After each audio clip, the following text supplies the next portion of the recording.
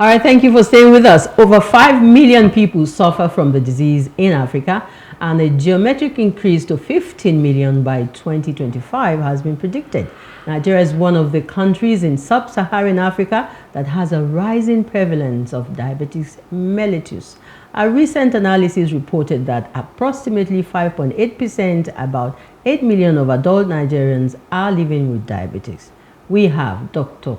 Patrick Ijewere, Medical Director, Carib Health, and his spouse, who is a Medical Director here in the studio. Or she's specifically a dietitian. Yeah? Yes. Excellent. Thank you so much for joining us today. Dr. Ijewere is a regular here, but you are the real guest this morning. Because I'm trying to have you for a long while as well. Thank you for having me today. And thank you for the excellent opportunity we were given last week. It was an awesome experience at your center. Thank you. Okay. So let's get straight into it because time is fast spent. What is diabetes? So I don't want to just assume, because the purpose of this program is also to inform people. So when you say someone is diabetic, what does it mean? Now, in the conventional sense, diabetes is a disease of sugar mis- or dysregulation. Sugars are too high, sugars need to be controlled. Very, very simple, basic terms. Okay. To step a bit more in the definition, it's more a disorder, a chronic disorder of metabolic imbalance, where the hormones or the factors that need to regulate sugar have gone dysfunctional due to certain inputs we have created. Okay. Okay. Oh wow, interesting. Right. I like how you simplify it. You should be my doctor, because Yes. sometimes you go to the hospital and then they give you this long, complex, the Medical terms are. medical terms. They are Yes. something else. Okay, so what causes it? What causes for someone to be diabetic? Okay. So going to the causes, let's break it up into type 1 and type 2. Okay, The type the 1 types. is what typically called, you're birth with it. You totally do not make any of the hormone the body usually makes to control your sugar levels. Insulin. You don't make zero. You're born without insulin production. Typically, something has happened in utero that has caused your pancreas, which is the gland that makes insulin, to stop making insulin. We often think it's an autoimmune attack, but that's another discussion. Now, type 2, which is the more common one, many years ago was called adult onset diabetes. Today we're seeing it in younger and young, even in teenagers. Wow. Even in teenagers. Wow. And there's two components to it. One is not enough production.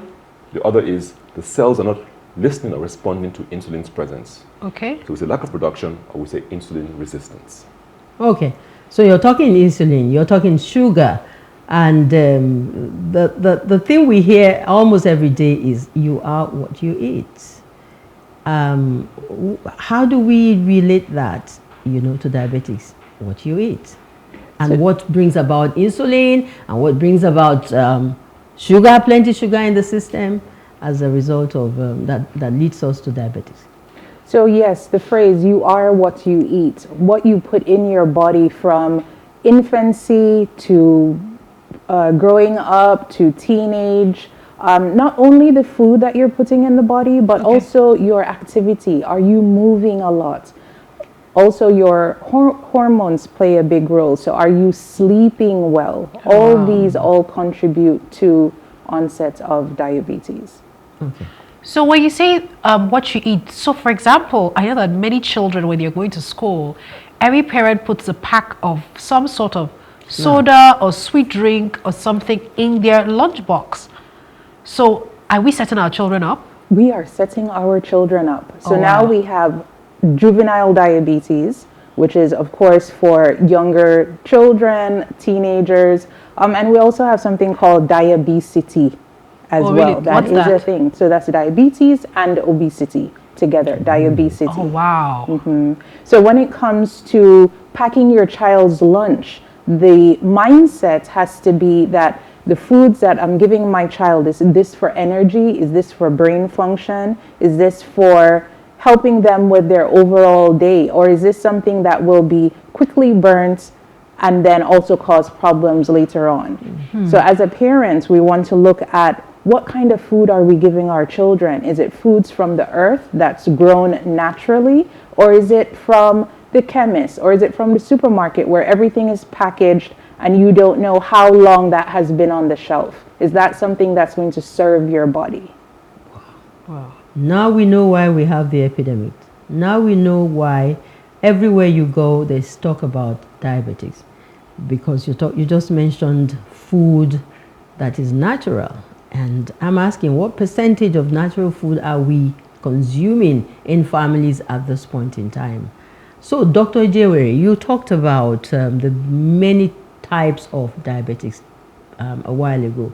2 types. Yes, 2 types. And before we took off properly, Fumi was asking, is everybody susceptible to diabetics? If yes or no, what could cause it? Apart from the sugar thing, how do we identify that? Everyone is a potential candidate for diabetes. Young and old. Young and old. The nutrition plays a role. Your lifestyle plays a role. Even your mindset plays a role. My mindset? Even the mindset. Oh, really? How? We have middle-aged folks who their parents had diabetes. Okay. And now they're newly diagnosed with diabetes. And they've gone to 3, 4, 5 doctors and they're on 2, 3 medications and it's not controlled. When you sit down to really investigate what is going on, they tell you the story of how their father had diabetes. And by age 40, dad was taking tablets. By age 45, he was on insulin. By age 50, daddy had kidney problems. By age 55, he was on dialysis. By age 60, he had amputation because the wound didn't heal. By age 65, daddy was gone. Okay. The moment that young man was given the diabetes diagnosis, his mind said, Yeah. it don't happen. Oh, yeah, he's going to follow his father's path. So you must help him dissociate his father's behavior, his father's life, his father's diagnosis from his own journey. Oh, Mindset is huge. okay. Okay. Wow. So, if you have someone around you, apart from, not everybody goes for medical check like as we should. How do you really begin to get worried and then get a spouse or members of the family to go check? This could be diabetes. What are the signs? What do we see? Many times, frequent signs of urination. So maybe Okay. you're getting up at night, going to the toilet quite frequently. Okay. And then maybe by morning, you see a trail of ants in the bathroom. Oh, okay. That's a sign. It can be that you're thirsty all the time. Maybe you're hungry all the time. It could be that you're losing weight and you don't know why you're losing weight. Those are just some of the signs. What about blurry vision? I read about people having blurry vision. How do I decipher if my blurry vision is just, oh, I'm getting older and my eyes need to be checked, or it's blurry vision linked to diabetes? Well, any type of blurry vision, I would say you need to go to your optometrist. Oh, So not to question yourself in regards to that. You only have one pair of eyes. You have to take care of it. That's it. Okay. Okay, so let's go now to like the major crux of the day. Is it reversible? So this person has found out that he or she is diabetic, probably has started taking drugs. Can diabetes really be reversed? And if yes, how? So this is where we step back and look at how do we define this ailment. In the current understanding, it's a disease that you'll have for however long. But when we step back to the more functional or wellness approach, the body is designed with systems to stay healthy. Okay. If you're not born with diabetes, and then by age 35 you have it, something or some things have occurred along the line that allowed this disease to show up within the body. In other words, what is disease? It's simply the body telling you that what you have been doing is off alignment with being well. So then explore now, what have I been doing that has allowed this ailment to show up? What have I been doing to my metabolism, to my body? And there you explore nutrition, there you explore lifestyle, there you explore mindset. And you find that if you can understand what are the triggers here over the years, you can reverse the disease, completely reverse it off medications. So I'm sorry. No. That's cherry news. Yes, it's refreshing news to hear. But if you can give us help, because I know for certain that, and I'm so happy that Dr. Sherese is here. Did I pronounce that correctly? Sherese. Oh, okay, Sherese. Dr. Sherese is here.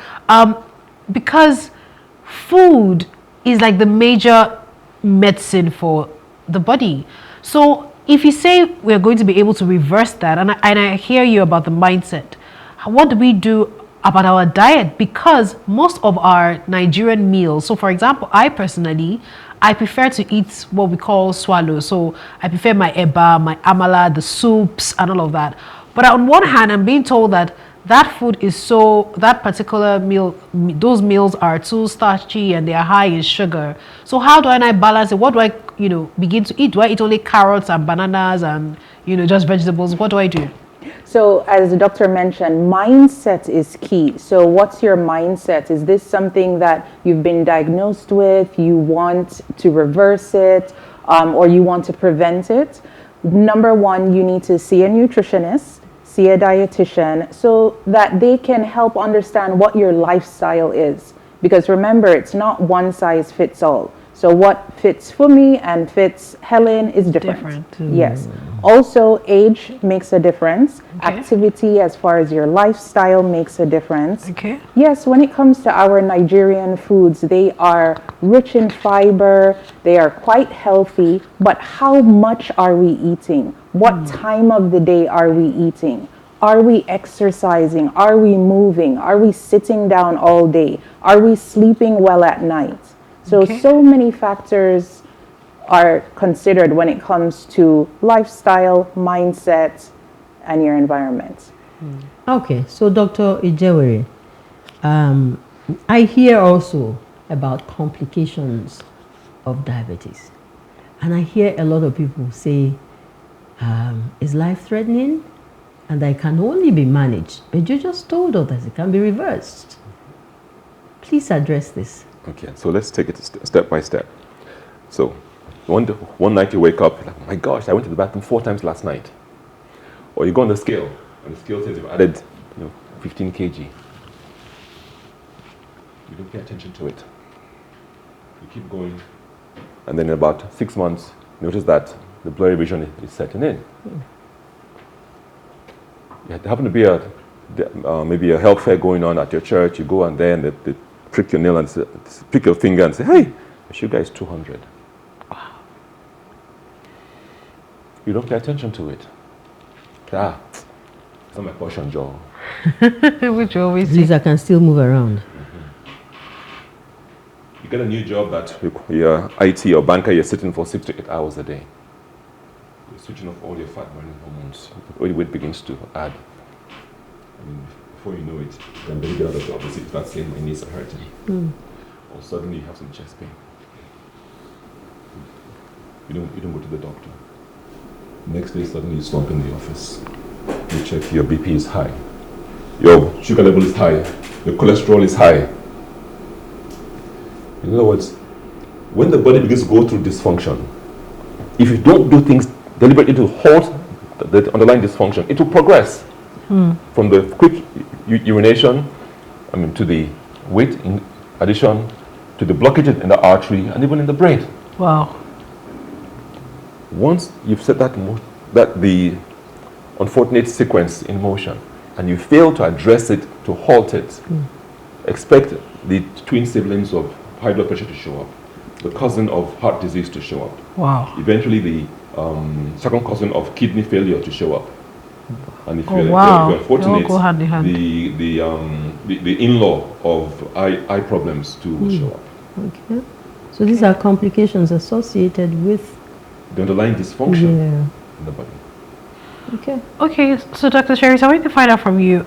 Some people have said that intermittent fasting helps with reversing diabetes. Is this true? This is very true, but one must be consistent. So it's not intermittent fast on a Monday, and then on Tuesday you've forgotten that you're doing this, Wednesday you're doing something else. So being consistent, being deliberate, being intentional. And so mindset plays a role. And as the doctor mentioned, with all the complications, your body is constantly giving you signals, and many times we're ignoring these signals. So you get the yellow light on the dashboard flashing, and then it's for us to take action, do things differently, be in tune, be present. But I do know that in our society today of just being busy, we ignore, we procrastinate, we wait until something detrimental shows up before we then stop and then try and address it. Is it also cheaper to eat healthy and stay healthy? Is it also cheaper?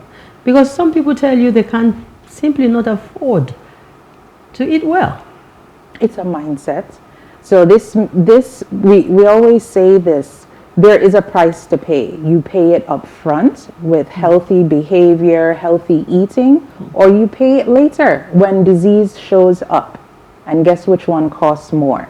So depending on how you look at it, we see the melons in the market or pushing their wheelbarrow all the time on the streets. They have the watermelon, they have the fruits in season, the agbaluma, the pawpaw, the garden egg. These things can be taken in the morning, small portion, and this is natural. Maybe it's 50 naira, maybe it's 100 naira. It's also 100 naira for the biscuit. Yeah. It's also 100 naira, or maybe 200 for the meat pie. So which are you going to choose? Health is by choice. But depending on how you look at things, that's when the decision comes into play. Wow. Okay.